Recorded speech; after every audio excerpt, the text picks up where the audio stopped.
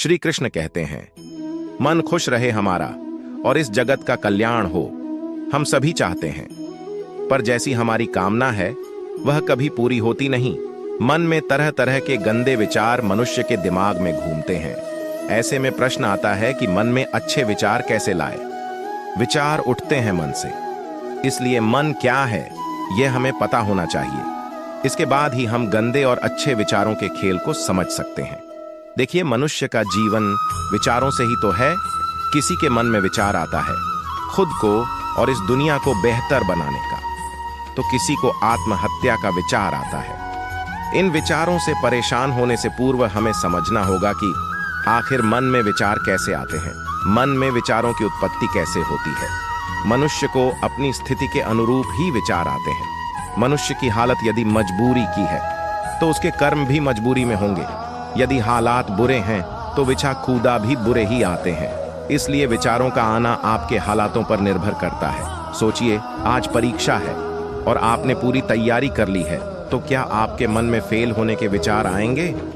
बिल्कुल नहीं। लेकिन परीक्षा आज है और साल भर आपने सिर्फ मस्ती किया है, तो निश्चित है कि दिमाग में विचार भी फेल होने के ही घूमेंगे। तो अधिकांश मामलों में यह उसका खुद का चुनाव होता है। आप परीक्षा के लिए पढ़ाई करें या ना करें, यह आपका चुनाव है। इसलिए अगर आपका चुनाव ही गलत है तो फिर विचार गलत ही होंगे। इसलिए देखा होगा, प्रायः लोग जिस काम में लगे रहते हैं उस काम में भी बुरे विचार उनके दिमाग में छाए रहते हैं। और इसका यह अर्थ कतई नहीं कि मनुष्य के विचारों का आना गलत है। मन में अच्छे विचारों का आना कोई आकाशमात स्थिति नहीं होती। कभी ऐसा नहीं होगा कि आप सुबह उठे और आपके मन में खुद को बदलने का विचार आ जाए और आपकी सभी गंदी आदतें छूट जाएं और आप अपने सभी दुखों से आज़ादी पा लें। ऐसा नहीं होगा। मन में अच्छी सोच लाना इतना भी मुश्किल नहीं है। अगर आपका कोई साथी है तो आपको किसी भी चीज को लेकर भड़का रहा है या बुरा सोच लाने के लिए प्रेरित कर रहा है, तो उससे आपको अलग रहना है। ऐसे लोगों से जितना जल्दी हो सके दूरी बना लीजिए और खुद को व्यस्त रखने की कोशिश कीजिए। जरूरी नहीं कि काम करके ही खुद को व्यस्त रखा जा सकता है। आप चाहे तो खुद को व्यस्त रखने के लिए अपने पसंद का काम भी कर सकते हैं। इससे आपको बुरा सोच नहीं आएगा। आप सदा खुश रहेंगे तो मन में अच्छी सोच भी आएगी। बुरी चीजों से दिमाग हटाकर आपको अच्छी चीजों पर लगाना होगा। जैसे आप शांत वातावरण में जाकर बैठे, कई बार शहरी शोरगुल के कारण हम परेशान हो जाते हैं। आपको कुछ समय शांत वातावरण में बैठना चाहिए।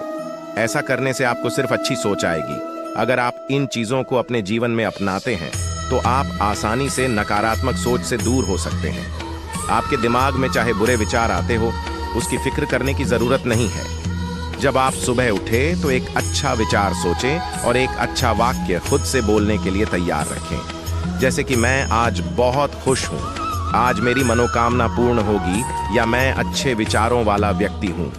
आप कोई भी सुविचार सोच सकते हैं। तो यह अभ्यास आपके जीवन को बदलने के लिए कुछ दिनों बाद सक्रिय हो लगेगा। आपका मस्तिष्क ही आपका भविष्य निर्माण करता है।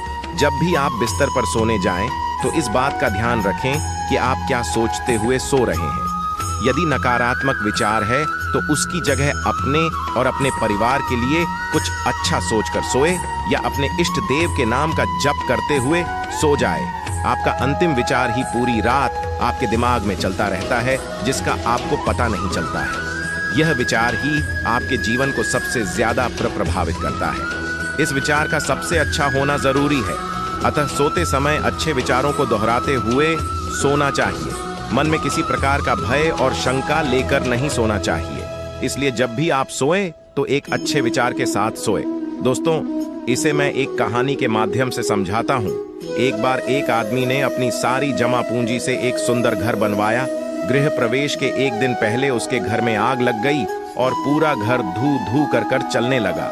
सब लोग आग बुझाने में लगे थे, लेकिन वह आदमी बाजार गया और मिठाई का डब्बा ले आया। जैसे ही वह मिठाई सब लोगों में बांटने लगा तो लोगों ने सोचा शायद घर जलने के कारण इसको गहरा सदमा लगा है, इसलिए इसे समझ नहीं आ रहा है कि इस समय इसे कैसे रिएक्ट करना है। फिर किसी ने पूछ लिया, भाई तेरा घर जल गया है, तू लड्डू बांट रहा है। और वह उत्तर सुनकर प्रश्न पूछने वाला निशब्द हो गया। उस आदमी ने उत्तर दिया कि आप लोग यह देख रहे हो कि गृह प्रवेश से पहले मेरा घर जल गया, लेकिन मैं यह सोच रहा हूं अगर मैंने गृह प्रवेश कर लिया होता तब आग लगती तो मेरे घर के साथ साथ मेरे परिवार वालों को भी नुकसान हो सकता था। इसलिए मैं ईश्वर का धन्यवाद कर रहा हूँ कि आपने मेरे परिवार को बचा लिया। अगर जीवित रहे तो घर तो और भी बन जाएंगे। इसलिए सकारात्मक सोच के साथ नजरिया भी सकारात्मक रखना जरूरी है। अच्छी आदतों से अच्छा होता है और बुरी आदतों से बुरा।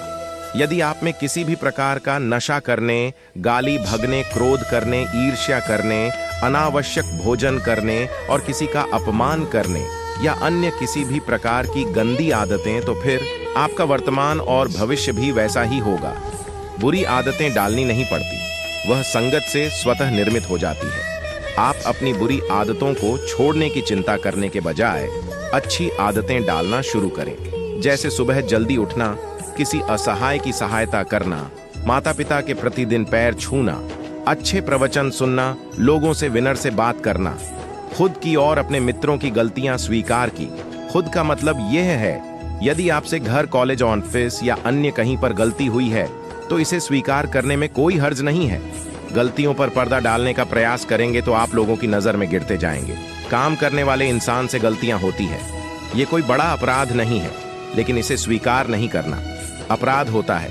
यदि आपके किसी मित्र, सहयोगी, परिवार के सदस्य या रिश्तेदार से कोई गलती होती है तो उसे भी स्वीकार करके उसको माफ करना जरूरी है।